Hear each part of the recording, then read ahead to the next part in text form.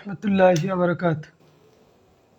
अल्हम्दुलिल्लाहि रब्बिल आलमीन वल आकिबतु लिल मुत्तकीन अस्सलातु वस्सलामु अला सय्यिदिल अंबियाइ वल मुरसालिन। प्रशंसा আল্লাহ রাব্বুল আলামিনের,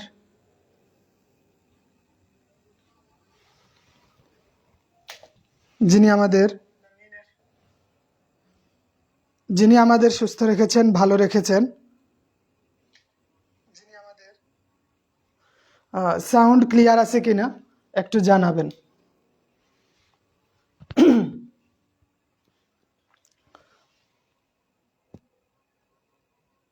আশা করি সবাই ভালো আছেন। কামেল পরীক্ষা শেষ হয়েছে।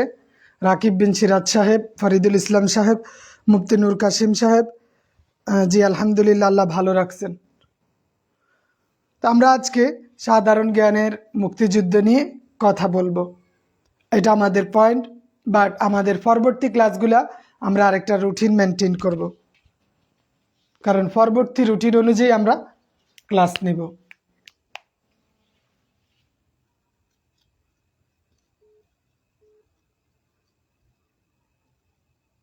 মুক্তিযুদ্ধ, জি হেলাল সাহেব আলহামদুলিল্লাহ ভালো আছি।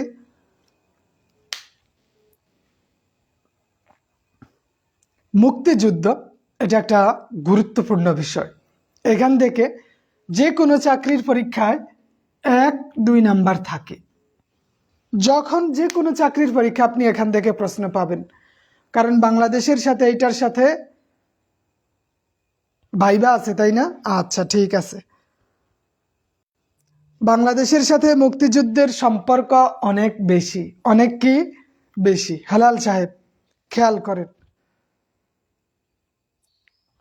বাংলাদেশের সাথে মুক্তিযুদ্ধের সম্পর্ক অনেক কি মানে অনেক বেশি। আরেকটা হইছে আমাদের সরকার হইছে মুক্তিযুদ্ধ বান্ধব সরকার, যেই সরকারের রন্ধ্রে রন্ধ্রে মুক্তিযুদ্ধ মিশে আসছে। মানে এরা মুক্তিযুদ্ধ ছাড়া কিছু বুঝে না। মুক্তিযুদ্ধের চেতনায় উজ্জীবিত হয়ে দেশ জাতিকে ধ্বংস করছে তারা। মুক্তিযুদ্ধের চেতনায় উজ্জীবিত হয়ে, তা আমরা সেই মুক্তিযুদ্ধটাই আজকে দেখব। মুক্তিযুদ্ধ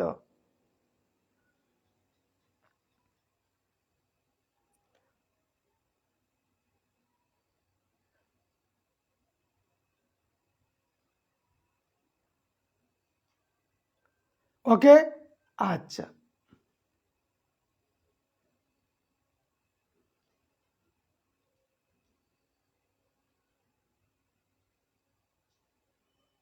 তা আমরা একটু খেয়াল করি। প্রথমেই আমরা দেখি 1971 সাল, অসহযোগ আন্দোলন দিয়ে মুক্তিযুদ্ধের ভূমিকা শুরু হয়েছে। অসহযোগ আন্দোলন দিয়ে। আচ্ছা, আমরা একটু দেখি।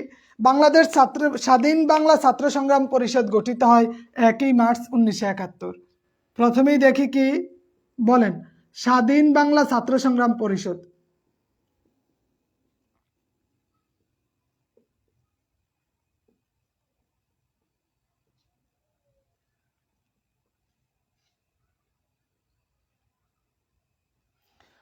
স্বাধীন বাংলা ছাত্র সংগ্রাম পরিষদ কখন গঠিত হয় বলেন তো?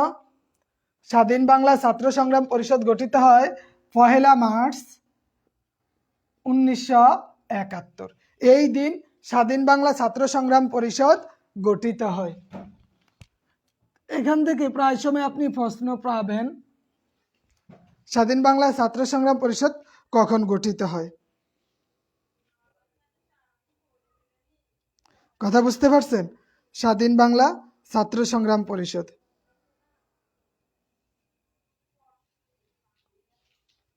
ওকে,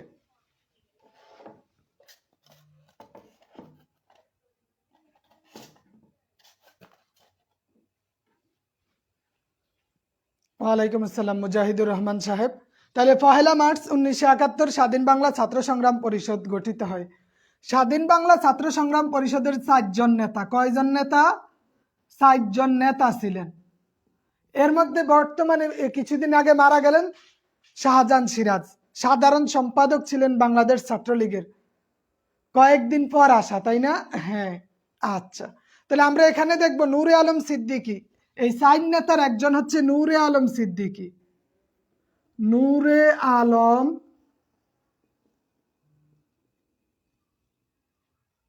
সিদ্দিকী, চার নেতার একজনকে নূরে আলম সিদ্দিকী, তিনি তৎকালীন সভাপতি ছিলেন। সাউন্ড আমার কম নাকি মুফতি নূর কাসিম ভাইয়ের কম, বলেন কোনটার কম? 2 নম্বরে কে? আমাদের আরেক, তিনি স্বাধীন বাংলা ছাত্র সংগ্রাম পরিষদের একজন নেতা ছিলেন, সাধারণ সম্পাদক। তারপরে আব্দুর রউফ এবং আব্দুল কুদ্দুস মাখন, আরেকজনকে। 4 জন। স্বাধীন বাংলা ছাত্র সংগ্রাম পরিষদের নেতা হলো 4 জন, আব্দুল কুদ্দুস মাখন, আব্দুর রউফ, নূরে আলম সিদ্দিকী এবং শাহজাহান সিরাজ। অসহযোগ আন্দোলন শুরু হয় 2 মার্চ।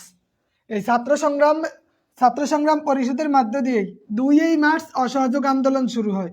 2রা মার্চ আর কি, 2 মার্চ 1971 থেকে 25 মার্চ 1971 পর্যন্ত অসহযোগ আন্দোলন চলছিল।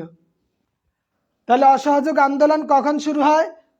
2রা মার্চ 1971। অসহযোগ আন্দোলন শেষ হয় কবে?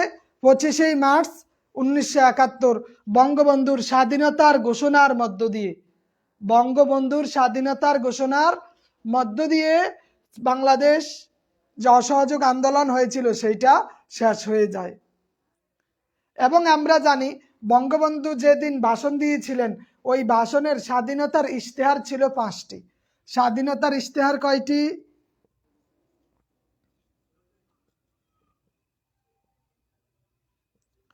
স্বাধীনতার ইশতেহার 5 দফা। স্বাধীনতার ইশতেহার কয় দফা ছিল বলেন? স্বাধীনতার ইশতেহার ছিল 5 দফা সম্বলিত। স্বাধীনতার ইশতেহার ছিল 5 দফা সম্বলিত। তাহলে অসহযোগ আন্দোলন আমরা দেখলাম, এর মধ্যে দিয়েই আমরা জানি যে জাতীয় সঙ্গীত হিসাবে আমার সোনার বাংলা আমি তোমায় ভালোবাসি 3 মার্চ 1971। তাহলে 3 মার্চ 1971 আমাদের জাতীয় সঙ্গীত, এই পূর্ব পাকিস্তানের জাতীয় সঙ্গীত হিসাবে গৃহীত হয়, সিলেক্টেড হয় 3 মার্চ 1971 জাতীয় সঙ্গীত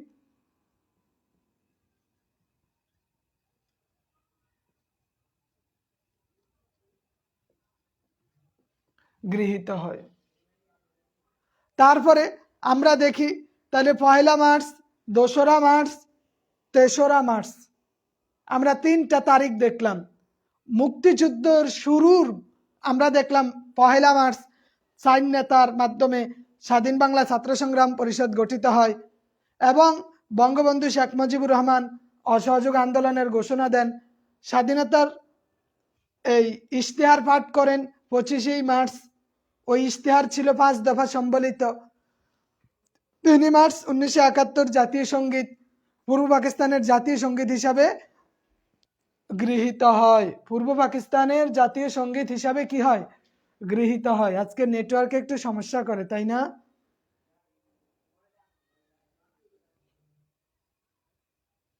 আচ্ছা, তারপরে আমরা 7 মার্চটা একটু দেখি। 7 মার্চ 1971, বলতে পারবেন 7 মার্চে কি হয়েছিল? দেখি কেউ বলতে পারেন কিনা। 7 মার্চ, এই 7 মার্চে কি কি কাহিনী হয়েছে? 7 মার্চের একটা ভাষণ ছিল বঙ্গবন্ধুর বিকাল 3টা 20 মিনিটে, তাই না? 7 মার্চে কি ছিল? ভাষণ। এই ভাষণটা 3টা 20 মিনিটে ছিল, বিকাল 3টা 20 মিনিটে। এবং ভাষণটা 23 মিনিট দিলেও রেকর্ড হয় 18 মিনিট। 7 মার্চের ভাষণ রেকর্ড হয় কয় মিনিট? 18 মিনিট। দিয়েছেন কয় মিনিট? 23 মিনিট। আর প্রথম কথা কি ছিল 7 মার্চের ভাষণের? প্রথম কথা ছিল ভাইয়েরা আমার। আর সর্বশেষ কথা কি? জয় বাংলা, লুঙ্গি সামলা। সর্বপ্রথম কথা ভাইয়েরা আমার, সর্বশেষ কথা জয় বাংলা। জয় বাংলা। তাহলে এটা হচ্ছে প্রথম, শুরু করছে এইটা দিয়ে।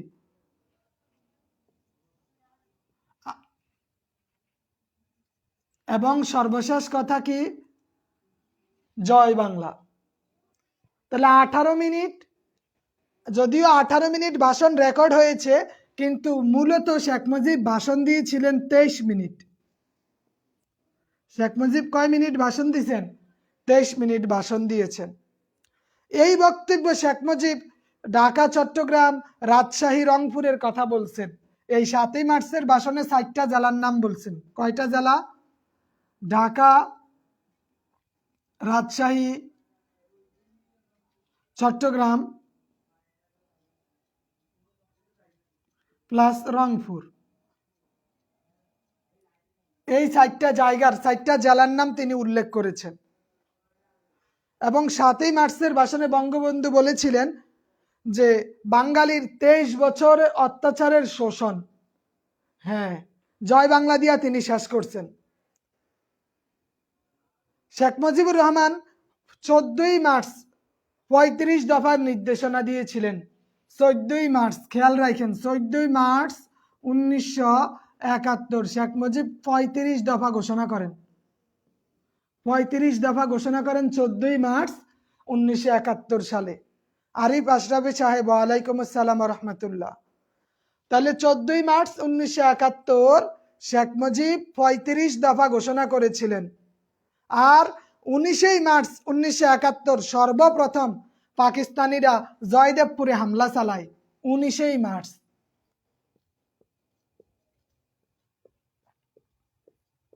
এই মুক্তিযুদ্ধে হানাদার বাহিনী সর্বপ্রথম জয়দেবপুরে হামলা করে।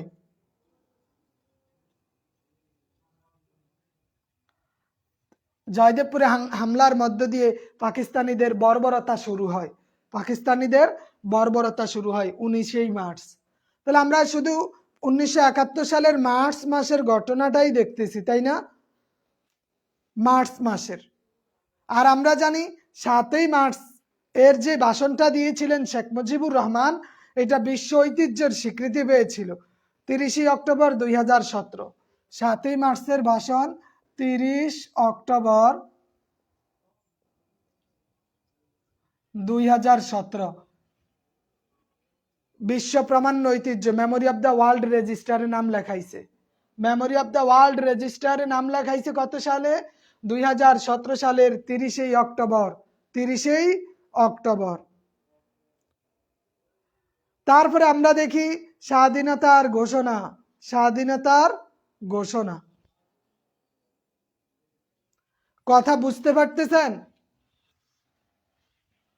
আরিফ আশরাফি সাহেব, কথা কি বোঝা যাচ্ছে? 35 দফা ঘোষণা দিয়েছিলেন।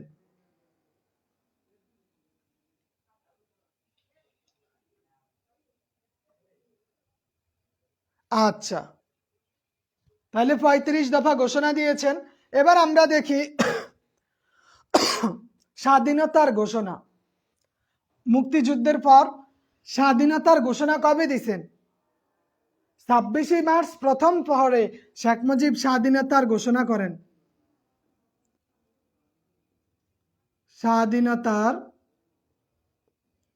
ঘোষণা করেন কত? 25 মার্চ একদম শেষ রাতে, শেষ মানে 26-এর প্রথম প্রহরে। তৌহিদুল ইসলাম সাহেব, জি ওয়ালাইকুম আসসালাম, আলহামদুলিল্লাহ। 26 মার্চ প্রথম প্রহরে শেখ মুজিব স্বাধীনতার ঘোষণা করেন, মানে 12টার পরে। এই ঘোষণার মধ্য দিয়েই বাংলাদেশে মুক্তিযুদ্ধ শুরু হয়। এই স্বাধীনতার ঘোষণার মধ্য দিয়েই বাংলাদেশে কি শুরু হয়? মুক্তিযুদ্ধ শুরু হয়। বঙ্গবন্ধু, বাংলার বন্ধু শেখ মুজিব স্বাধীনতার ঘোষণা করেছিলেন ওয়্যারলেসের মাধ্যমে। পরীক্ষায় দেখেন প্রশ্ন আসছিল, শেখ মুজিবকে মাইক্রোফোনে ঘোষণা দিচ্ছেন, না ওয়্যারলেসে ঘোষণা দিচ্ছেন, নাকি মুঠোফোনে ঘোষণা দিয়েছিলেন, না প্রেস কনফারেন্স করে ঘোষণা দিয়েছিলেন? তাহলে শেখ মুজিব ঘোষণা দিয়েছিলেন ওয়্যারলেসের মাধ্যমে। ওয়্যারলেস মানে কি? তারবিহীন যে যন্ত্রটা, ওইটার মাধ্যমে তিনি ঘোষণা দিয়েছিলেন। মুফাজ্জল হোসেন শেখ সাহেব শেখ মুজিব ঘোষণা দেওয়ার পরে তো জেলে চলে গেছে, পরবর্তীতে বাংলায় ঘোষণা দিয়েছেন জিয়াউর রহমান। জিয়া ঘোষণা দিছে বাংলায়, শেখ মুজিব ঘোষণা দিছে ওয়্যারলেসের মাধ্যমে ইংরেজিতে। আন্তর্জাতিক অঙ্গনকে আকৃষ্ট করার জন্য তিনি ইংলিশে ঘোষণা দিয়েছিলেন স্বাধীনতার ঘোষণা। পরবর্তীতে জিয়াউর রহমান এটা বাংলায় দিয়েছিলেন মানুষ, এবং এটা খুব ভালোভাবে নিয়েছিল। এই ঘোষণার অনুবাদ করেন মঞ্জুর আনোয়ার। ঘোষণাটির অনুবাদ করেন কে? জি, আমার আব্বা কিছুটা সুস্থ আছে এখন, তারপরে যত বলি যে একটু কাজকর্ম ব্যস্ততা কমাতে, কিন্তু না, করেই যায়। তাহলে ইংরেজি, এবং এইটা ডক্টর মঞ্জুর আনোয়ার।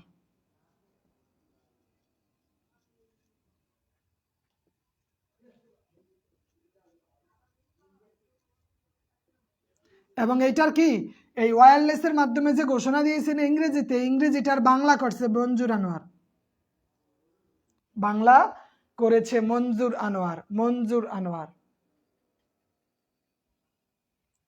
আসসালামু আলাইকুম। জি জি জি জি, ওকে। তাহলে তিনি ওয়্যারলেসের মাধ্যমে ঘোষণা দিয়েছিলেন ইংলিশে, মঞ্জুর আনোয়ার করছে বাংলা অনুবাদ, আর জিয়াউর রহমান পরবর্তীতে বাংলায় ঘোষণা দিছে। তাহলে যুক্তরাষ্ট্রের পর বাংলাদেশেই প্রথম তাদের মুক্তিযুদ্ধের ঘোষণাপত্র আছে, যে আমরা ঘোষণা দিয়া যুদ্ধ শুরু করছি। এবারের সংগ্রাম স্বাধীনতার সংগ্রাম কয়া শুরু করছি, কয়া স্বাধীন করে ফেলছি। যুক্তরাষ্ট্র এবারের সংগ্রাম স্বাধীনতার সংগ্রাম তারা তাদের মতো করে উই ওয়ান্ট ফ্রিডম কয়া যুদ্ধ শুরু করছে, যুদ্ধ বিজয় এসেছে। আমাদের দেশ, পৃথিবীর 2 দেশ স্বাধীনতা অর্জন করেছে পূর্ব ঘোষণার মধ্য দিয়ে।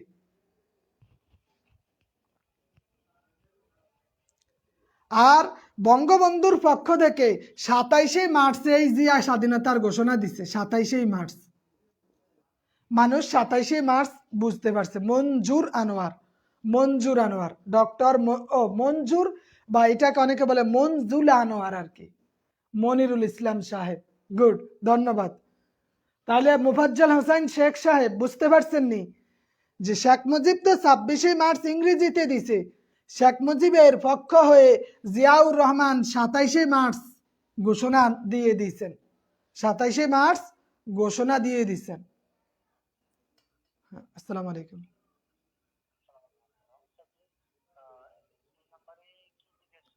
জি জি, এই নাম্বারে বিকাশ পার্সোনাল নগদ। এই হোয়াটসঅ্যাপে, এই নাম্বারে হোয়াটসঅ্যাপ আছে, ওইটাতে মেসেজ দিন। জি জি, ওকে। তারপরে আমরা দেখি 27শে মার্চ গেল, 27শে মার্চ চলে গেল, 26শে মার্চের রাতে যে শেখ মুজিবকে গ্রেপ্তার করলো, 26শে মার্চ রাতে শেখ মুজিবকে গ্রেপ্তার করছে না? যখন গ্রেপ্তার করে নিয়ে গেছে তখন বলছিল the big bird, big bird in case, বড় পাখিটা খাঁচায় বন্দি হয়েছে, বড় পাখিটা খাঁচায় বন্দি হয়েছে, এই কথা বলছিল। ওই অপারেশন যিনি দিয়ে করেছিলেন, তাদের কোড নেম ছিল the big bird. Big bird code name.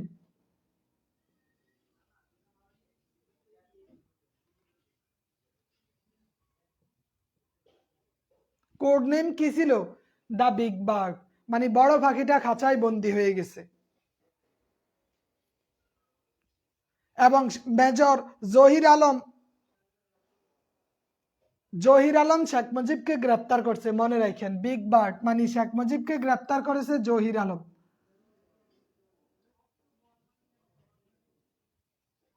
Zahir Alam, major Zahir Alam.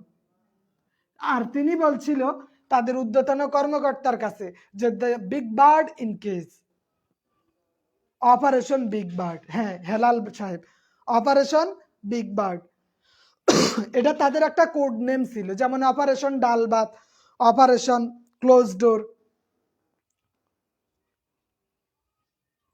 তাই না? অপারেশন সার্চ লাইট এইরকম আর কি। মেজর জহির আলম যিনি শেখ মুজিবকে গ্রেপ্তার করার পরে বলছিলেন the big bird in cage, the big bird in cage. ওকে,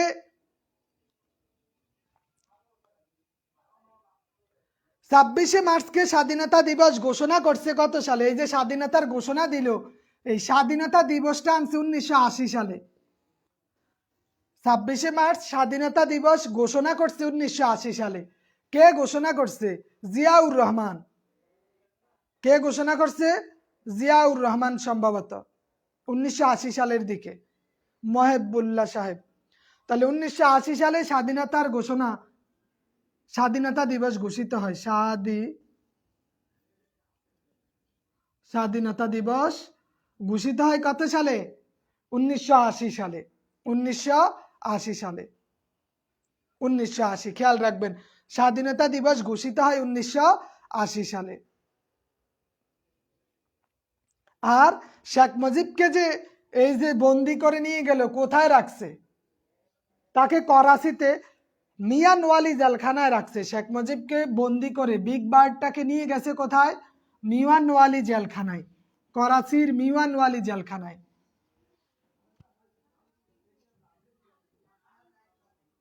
করাচিতে মিয়ানওয়ালি জেলখানায় শেখ মুজিবকে তারা নিয়ে যায়।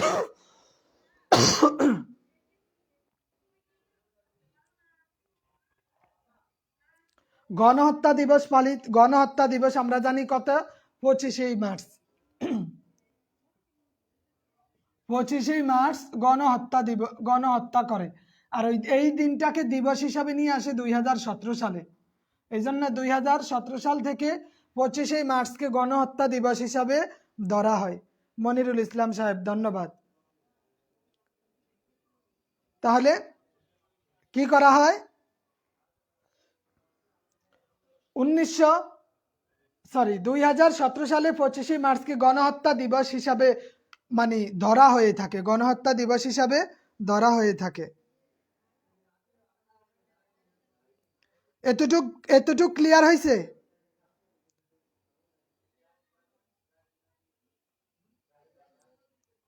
এতটুক ক্লিয়ার?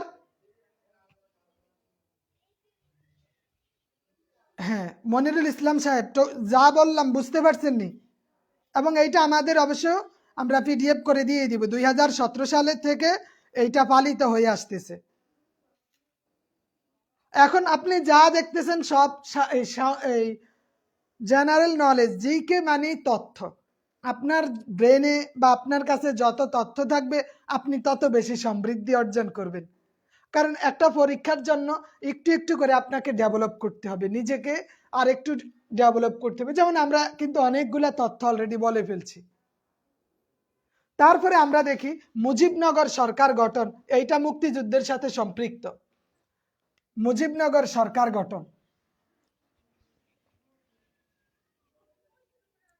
তা আমরা জানি মুজিবনগর কোথায় অবস্থিত, বলতে পারবেন? মুজিবনগর কোথায় অবস্থিত বলেন?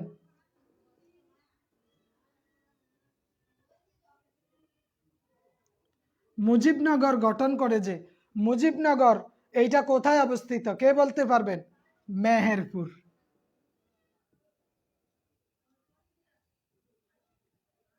মুজিবনগর কোথায় অবস্থিত? মেহেরপুর জেলার মুজিবনগরে। বঙ্গবন্ধুকে নোটিশ দিয়ে অ্যারেস্ট করে নাই, বঙ্গবন্ধুকে সরাসরি অ্যারেস্ট করে ফেলছে ওই রাতে। তবে বঙ্গবন্ধু বুঝতে পারলেন যে তাকে অ্যারেস্ট করা হবে। মেহেরপুর, বৈদ্যনাথতলা, হ্যাঁ ওই মেহেরপুর। মুজিবনগরের পূর্ব নাম কি ছিল বলেন? মুজিবনগরের পূর্ব নাম ছিল বৈদ্যনাথতলা। মুজিবনগরের পূর্ব নাম কি? বৈদ্যনাথতলা। মুজিবনগরের পূর্ব নাম হলো বৈদ্যনাথতলা।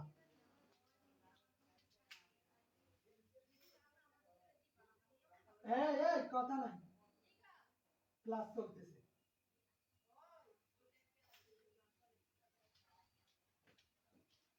তাহলে মুজিবনগরের এটার পূর্ব নাম কি? বৈদ্যনাথতলা, বৈদ্যনাথ তলা, হ্যাঁ বৈদ্যনাথ তলা বা বৈদ্যনাথ তলার ববের পাড়া, যদিও কখনো যাই নাই, ইনশাল্লাহ যাব। আর বাংলাদেশের প্রথম অস্থায়ী সরকার গঠিত হয় 10ই এপ্রিল 1971 সাল। বাংলাদেশের প্রথম অস্থায়ী সরকার গঠিত হয় কত সালে? 10ই এপ্রিল 1971 সালে গঠিত হয়। 10ই এপ্রিল 1971 সালে বাংলাদেশের অস্থায়ী সরকার গঠিত হয়।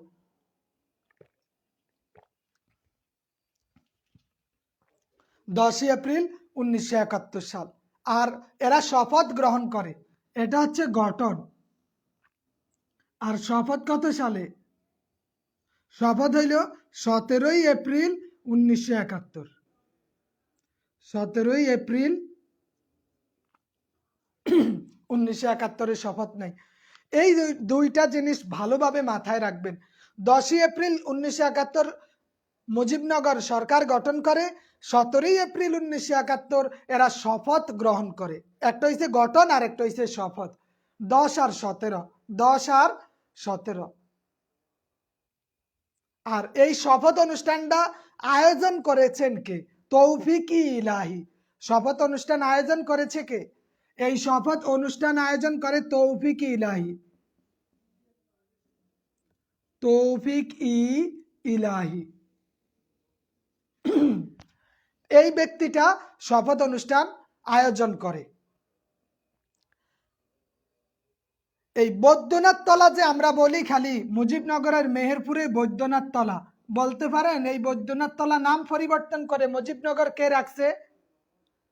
বৈদ্যনাথ তলার নাম পরিবর্তন করে বৈদ্যনাথ তলা, এই নামটা পরিবর্তন করে মুজিবনগর রেখেছেন কে? তাজউদ্দিন আহমেদ। তাজউদ্দিন তৎকালীন প্রধানমন্ত্রী। তাজউদ্দিন বৈদ্যনাথ তলা থেকে মুজিবনগর নামকরণ করেছেন, এইটা খেয়াল রাখবেন। তাজউদ্দিন।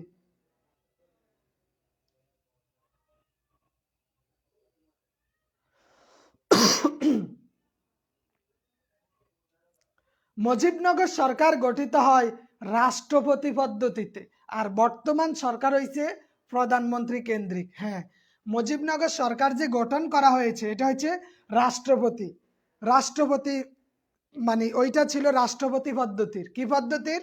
মুজিবনগর সরকার ছিল রাষ্ট্রপতি পদ্ধতি, যেই সরকারে রাষ্ট্রপতি থাকবে সর্বময় ক্ষমতার অধিকারী।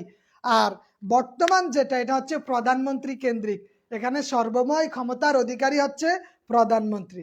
সর্বময় ক্ষমতার অধিকারী কে? প্রধানমন্ত্রী।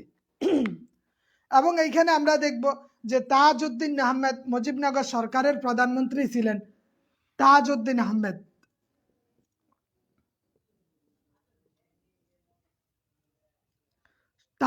আহমেদ তিনি ছিলেন কি? প্রধানমন্ত্রী। তিনি কোন মন্ত্রণালয়ের প্রধান ছিলেন? এখান থেকে প্রশ্ন হয়, 4 জন ব্যক্তির নামের প্রশ্ন হয়। তাজউদ্দিন ছিলেন প্রধানমন্ত্রী কোন কোন জায়গার? তিনি ছিলেন প্রতিরক্ষা, শিক্ষা, শ্রম, সমাজ কল্যাণ, পরিকল্পনা।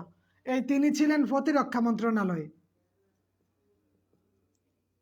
প্রতিরক্ষা, শিক্ষা, সমাজ কল্যাণ মন্ত্রণালয়, পরিকল্পনা।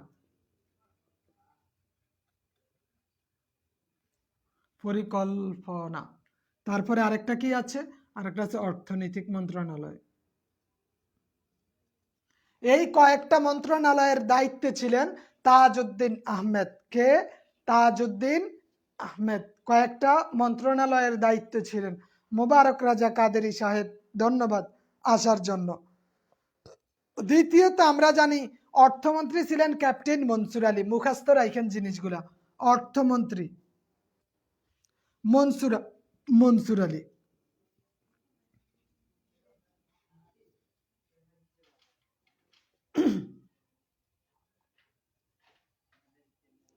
মনসুর আলী কি ছিলেন?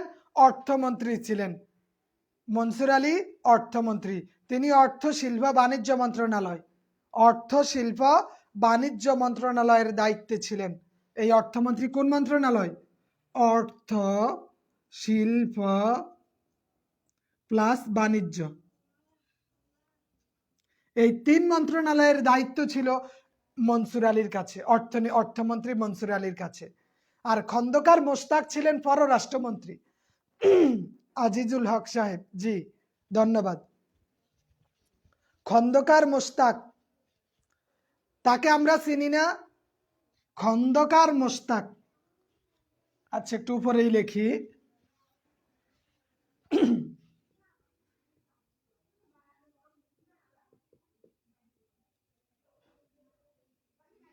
খন্দকার মোশতাক তিনি কি ছিলেন? তিনি ছিলেন পররাষ্ট্রমন্ত্রী। খন্দকার মোশতাক ছিলেন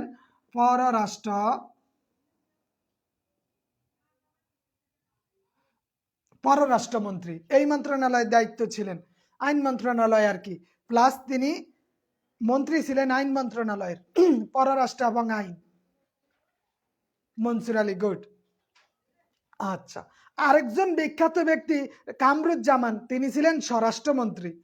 কামরুজ্জামান স্বরাষ্ট্র, ত্রাণ এবং পুনর্বাসন মন্ত্রণালয়ের দায়িত্ব ছিল তার। কামরুজ্জামান,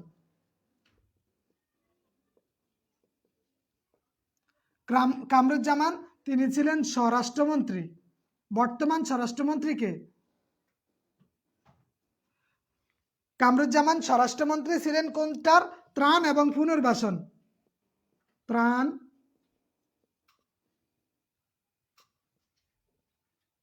ত্রাণ এবং পুনর্বাসন মন্ত্রণালয়ের তিনি একজন মন্ত্রী ছিলেন। খন্দকার মোশতাক, বুঝতে পারছেন?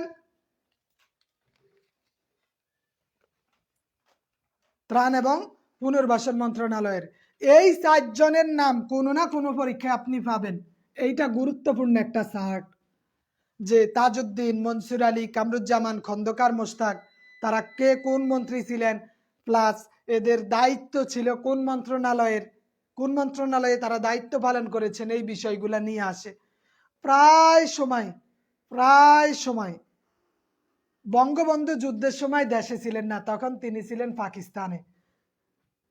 বঙ্গবন্ধু যুদ্ধের এই 9 মাস পাকিস্তানে ছিলেন। ওই যে 26শে মার্চ তাকে নিয়ে চলে গেল পাকিস্তানের করাচিতে, করাচির মিওয়ান ওয়ালি জেলখানায়। ওখান থেকে ছাড়া পাইছে কবে? যুদ্ধের পরে। কবে? যুদ্ধের পরে তিনি ছাড়া পাইছে। পরিপূর্ণ যুদ্ধের সময় বঙ্গবন্ধু দেশে ছিলেন না। ওকে, আচ্ছা, পরিপূর্ণ যুদ্ধের সময় তিনি এই দেশে ছিলেন না, তিনি ছিলেন বাহিরে। তা আমরা তারপরে একটু দেখি মুক্তিযুদ্ধের রণকৌশলটা। আমি মূল পয়েন্টগুলা বলে যাই, কথা বুঝছেন? রণকৌশল,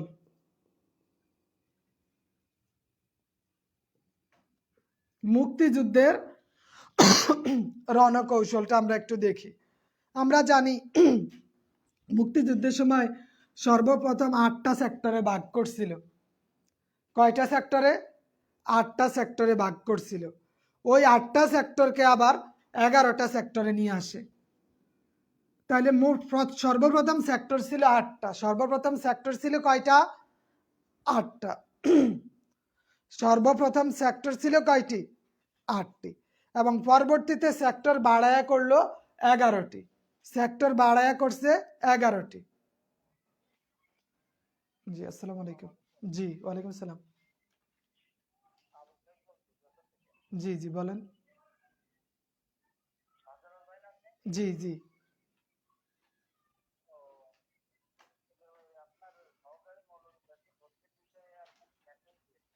আচ্ছা ঠিক আছে, আমি একটু ক্লাসে আছি, পরে কথা বলি।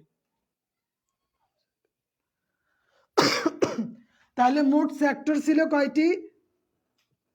11টি। আর 64টা সাব সেক্টর ছিল। তাহলে সেক্টর 11টা, 64টা, বর্তমানে 11টি। আগে ছিল 8টি, 8টা থেকে বার করিয়া মানে বাড়াইছে, বাড়ায় 11টা করছে।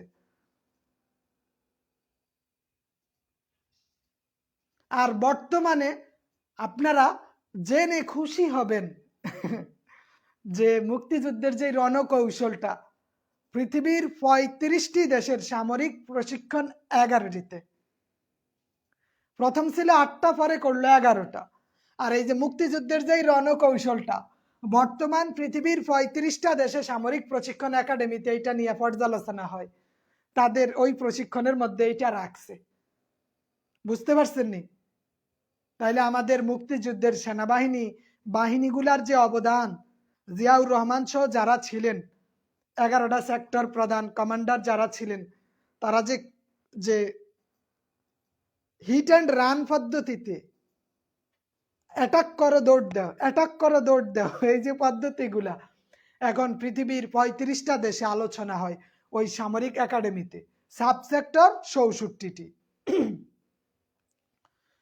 ভারত পাকিস্তানের বিরুদ্ধে যুদ্ধ ঘোষণা করে 3 ডিসেম্বর 1971।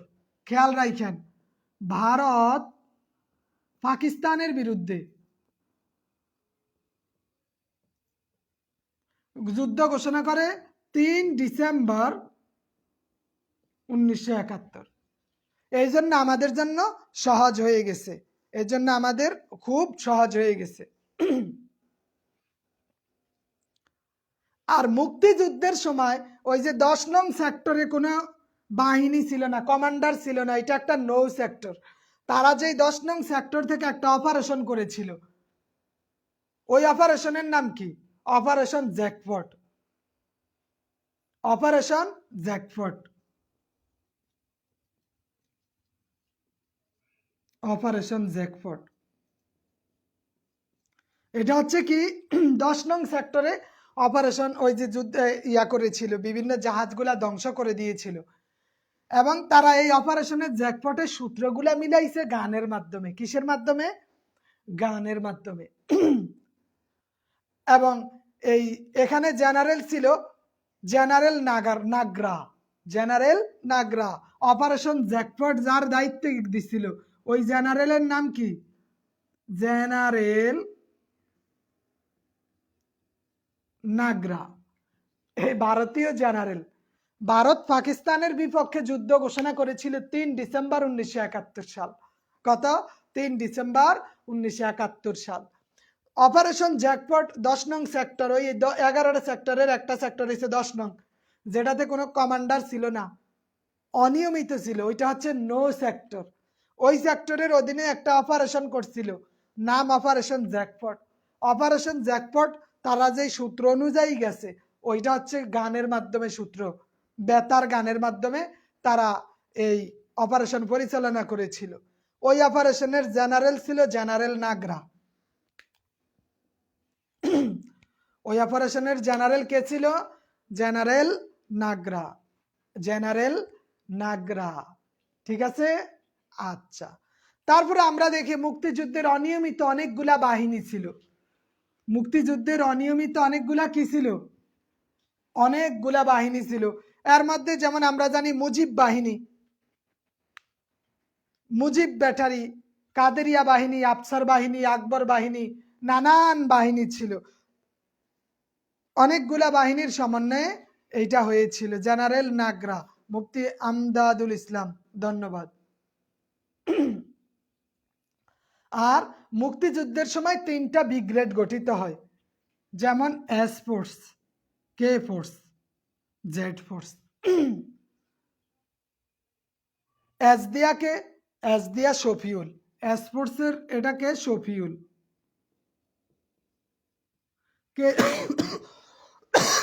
কে দিয়া খালেদ মোশাররফ। কে ফোর্সে কে ছিল? খালেদ মোশাররফ।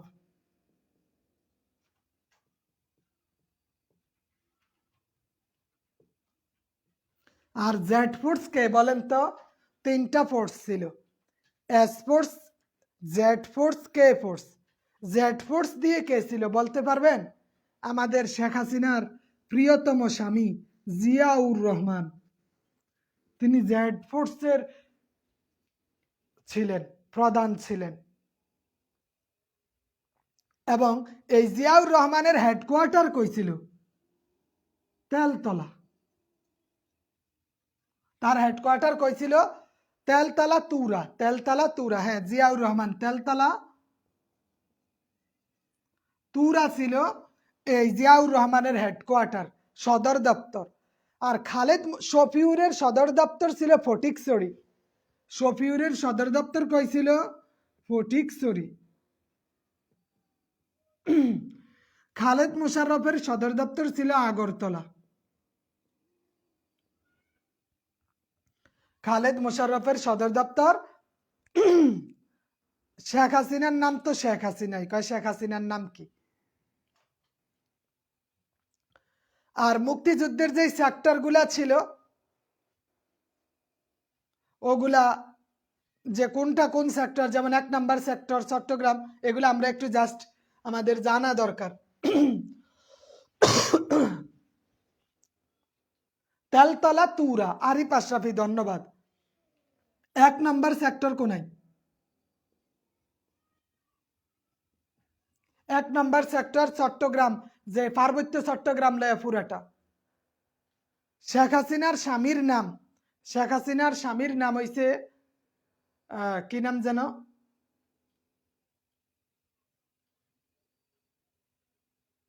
ওয়াজেদুর রহমান। ওয়াজেদুর রহমান। তাহলে পার্বত্য চট্টগ্রাম হয়েছে 1 number sector. 2 number sector Comilla Noakhali. 2 number sector কই?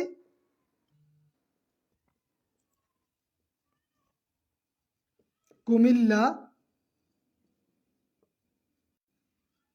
2 number sector Comilla Noakhali.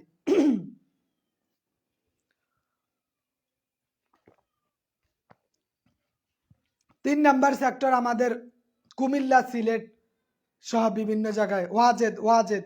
4 number sector Sylhet. তারপরে 5 নাম্বার এইটাও Sylhet. 6 number Rangpur, Dinajpur.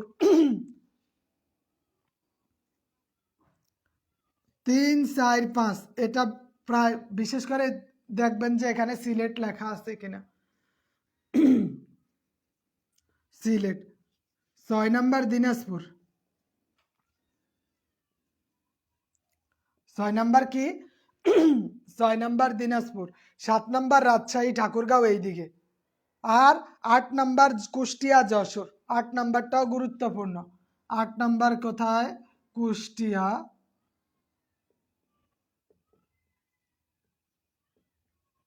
Jessore. 9 number sector কই? 9 নাম্বার সেক্টর হচ্ছে সাতক্ষীরা, খুলনা সহ বরিশাল, পটুয়াখালী। 9 নাম্বার বরিশাল, পটুয়াখালী। 10 নাম্বারে নাই।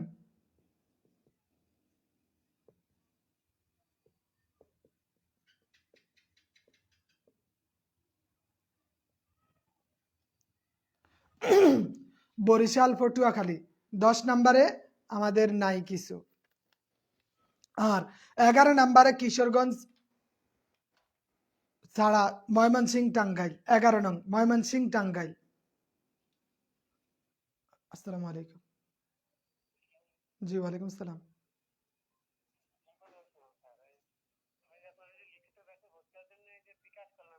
আচ্ছা ঠিক আছে, ঠিক আছে, আমি অ্যাড করে নিব। ওকে ওকে ঠিক আছে। আর 11 নাম্বার সেক্টর কোথায়? ওইটা হচ্ছে ময়মনসিংহ, টাঙ্গাইল জেলার কিছু অংশ। ময়মনসিংহ, টাঙ্গাইলের কিছু অংশ। ময়মনসিংহ 11 নাম্বার। 9 নাম্বার কি বলছি? 9 নাম্বার কোথায় অবস্থিত? দক্ষিণাঞ্চল, বরিশাল, পটুয়াখালী। আর 10 নাম্বার তো এইটা হচ্ছে নৌ সেক্টর। 11 নাম্বার সেক্টর হচ্ছে টাঙ্গাইল। টাঙ্গাইল, ময়মনসিংহ।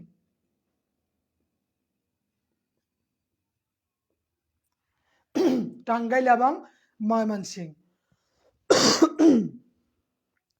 11 নং সেক্টরে যুদ্ধ করেছে তারামন বিবি। জাহিদ হাসান সাহেব, হ্যাঁ 11 নং সেক্টরে যুদ্ধ করেছে তারামন বিবি। 2 নং সেক্টরে যুদ্ধ করেছে সেতারা বেগম। তারামন বিবি 11 নং সেক্টরে যুদ্ধ করেছে। আর 2 নং সেক্টরে ছিলেন, 2 নংয়ে এইটা ছিলেন তারামন সেতারা। সেতারা, এই সেতারা ছিল ডাক্তার। সেতারা কি ছিল? ডাক্তার ছিল। ঢাকা, ঢাকা 2 নং সেক্টর। ঢাকা কয় নং সেক্টর? আমরা জানি ঢাকা 2 নং সেক্টর, ঢাকা ফরিদপুরের কিছু অংশ।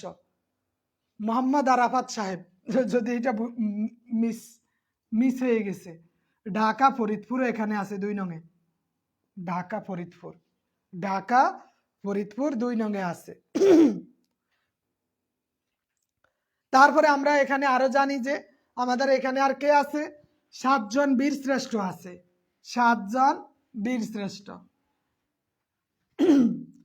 বীর শ্রেষ্ঠ কয়জন? 7 জন। এর মধ্যে মুন্সি আব্দুর রউফ আর মোস্তফা কামাল। 1 নং সেক্টরে যুদ্ধ করেছে মুন্সি আব্দুর রউফ। 1 নং সেক্টর, সেক্টর নাম্বার 1।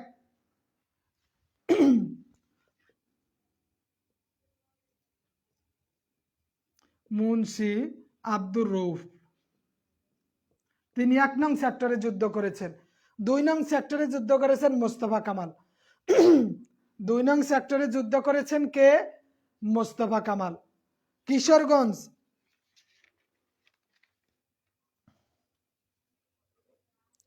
কিশোরগঞ্জ আমরা জানি 3 নং সেক্টর, আরিফ আশরাফি সাহেব।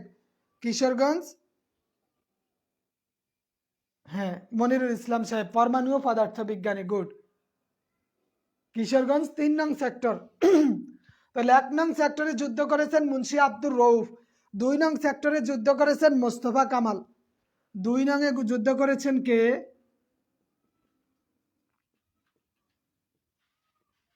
মোস্তফা কামাল। 3 নং সেক্টরে যুদ্ধ করেন, এইটা 3 নংয়ে নাই, 10 নংয়ে যুদ্ধ করেছেন রুহুল আমিন।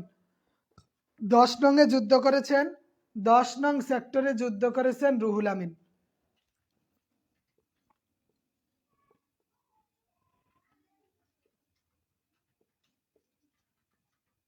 10 নং সেক্টরে কে যুদ্ধ করেছেন? 10 নং সেক্টরে যুদ্ধ করেছেন রুহুল আমিন। আর 4 নং সেক্টরে যুদ্ধ করেছেন হামিদুর রহমান। 4 নং সেক্টরে যুদ্ধ করেছেন কে? আমি সিরিয়াল, এই যে আগে এটাই মরছে, পরে হ্যাঁ, পরে হ্যাঁ, এইভাবে সিরিয়ালে মারা গেছে হেরা। কথা বুঝতে পারছেন? এই জন্য সিরিয়ালটা আনছি। 4 নং সেক্টরে হামিদুর রহমান। আর আমরা জানি 8 নং সেক্টরে নূর মোহাম্মদ শেখ। 8 নং সেক্টরে কে? 8 নং সেক্টর নূর মোহাম্মদ। আর আছে 7 নং সেক্টর মহিউদ্দিন জাহাঙ্গীর। মতিউর রহমান তো বিমান অ্যাক্সিডেন্টে, বিমান ক্রাশ করে মারা গেছে। 7 নং সেক্টর মহিউদ্দিন। মহিউদ্দিন হয়েছে কয় নং সেক্টরে বলেন? মহিউদ্দিন জাহাঙ্গীর, তিনি হয়েছে 7 নং সেক্টরে। এইটা তো ইমাম হুসাইন, এটা তো নিবন্ধন হবে, নাইলে নিয়োগ দিব কইতে? 19তম যদি না হয় নিয়োগ দিব কোথা থেকে বলেন? ওটা মানুষ অপ্রয়োজনীয় বিভ্রান্তিমূলক কথা বলে। তাহলে সর্বপ্রথম মুন্সি আব্দুর রউফ নিহত হয়, আর সর্বশেষ নিহত হয় মহিউদ্দিন। পরীক্ষায় প্রশ্ন হয় শেষ শহীদ আর প্রথম শহীদ। শেষ শহীদ কে? মহিউদ্দিন। প্রথম শহীদ মুন্সি আব্দুর রউফ। মুন্সি আব্দুর রউফ। মতিউর রহমান নিয়ে একটা চলচ্চিত্র করেছে, নাম হইছে অস্তিত্বে আমার দেশ। মতিউর রহমানকে নিয়ে, ওই যে মতিউর রহমান মারা গেছে, মতিউর রহমান বিমান ক্রাশ করে মারা গেছে। মতিউর, এই মতিউর হয়েছে 7 নাম্বার। তাহলে 1 2 3 4 5 6 7, এইকে নিয়ে একটা চলচ্চিত্র হয়েছে অস্তিত্বে আমার দেশ।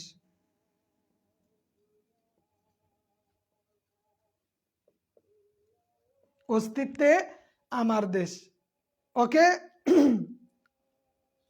তারপরে আমরা জানি মুক্তিযুদ্ধের বৃহৎ বড় ছোট 2টা শক্তি ছিল। এই শক্তিগুলো আছে যে মুক্তিযুদ্ধের সময় পৃথিবী 2টা ব্লকে বিভক্ত ছিল, একটা মার্কিন ব্লক, একটা সোভিয়েত ব্লক। আমাদের পক্ষে ছিল সোভিয়েত ইউনিয়ন, আর আমাদের বিপক্ষে ছিল মার্কিন যুক্তরাষ্ট্র, চীন। না, মাদ্রাসার জন্য আলাদা কোনো চিন্তা নাই, লিখিততে তো আলাদা হবে, প্রিলিতে আরবি যোগ করবে না, আরবি যোগ হবে না। জাস্ট এটা প্রাথমিক একটা প্রস্তাব রাখছিল, কিন্তু এটা তো হওয়া সম্ভব না। প্রথম শহীদ মুন্সি আব্দুর রউফ। প্রথম শহীদকে মুন্সি আব্দুর রউফ, সর্বশেষ শহীদ মহিউদ্দিন জাহাঙ্গীর। মহিউদ্দিন জাহাঙ্গীর সর্বশেষ শহীদ, প্রথম শহীদ মুন্সি আব্দুর রউফ। প্রথম শহীদকে মুন্সি আব্দুর রউফ। তাহলে মুক্তিযুদ্ধের সময় পৃথিবী দুইটা ব্লকে বিভক্ত ছিল। আমাদের বিপক্ষে ছিল চীন যুক্তরাষ্ট্র, আমাদের পক্ষে ছিল সোভিয়েত ইউনিয়ন, বর্তমান রাশিয়া। বর্তমান কি? রাশিয়া। মুক্তিযুদ্ধের সময় 2 লক্ষ ভারতীয় সেনা বাংলাদেশে আসছিল। 3 মাস ছিল তারা। আমাদের তস নস করিয়া গেছে, ধ্বংস করে গেছে আমাদেরকে। আমাদের তারা ধ্বংস করে গেছে। তারপরে মুক্তিযুদ্ধের সময় বাংলাদেশের কিছু অবদান রাখছিল ইন্দিরা গান্ধী। অনেকে বলে শেখ মুজিবের প্রেমিকা ইন্দিরা গান্ধী। শেখ মুজিবের কারণে আমরা অনেক কিছু হারাইছি এই দেশের। অনেকে বলে শেখ মুজিবের কারণে দেশ স্বাধীন হয়েছে। হ্যাঁ, স্বাধীন হয়েছে ঠিক, তবে শেখ মুজিবের কারণে আমরা পশ্চিমবঙ্গ হারাইছি, কলকাতা হারাইছি। কারণ তার প্রেমের রেশারেশির কারণে আমাদের অস্তিত্ব শেষ। শেখ মুজিব আমাদের জন্য ইন্ডিয়া থেকে যা আনছে তার চেয়ে বেশি দিয়ে দিছে, এখনো শুধু দিয়ে দেয়, এখনো দিয়ে দিতেছে। যে চুক্তির জন্য যায়, ওরা যদি 10,000 কোটি টিয়া চুক্তি করে, ওরা আমাদের থেকে 10,000 কোটি টিয়া নেয়, আমরা 1,000 কোটি টিয়া লে বেটকাইতে বেটকাইতে আইসা যাই। তো এগুলো আর আসলে কিছু বলার নাই। তাহলে ইন্দিরা গান্ধী তিনি যুদ্ধের সময় মোটামুটি অনেক সহযোগিতা করেছিলেন। আর একটা বাটা কোম্পানিতে চাকরি করতেন, নাম হয়েছে WH অর্ডারল্যান্ড। তিনি 2 নং সেক্টর ঢাকায় যুদ্ধ করেছিলেন। WH অর্ডারল্যান্ড, তিনি বাটা কোম্পানির ম্যানেজার ছিলেন। তিনি ছিলেন অস্ট্রেলিয়ান নাগরিক। কোন দেশের নাগরিক? অস্ট্রেলিয়ান নাগরিক।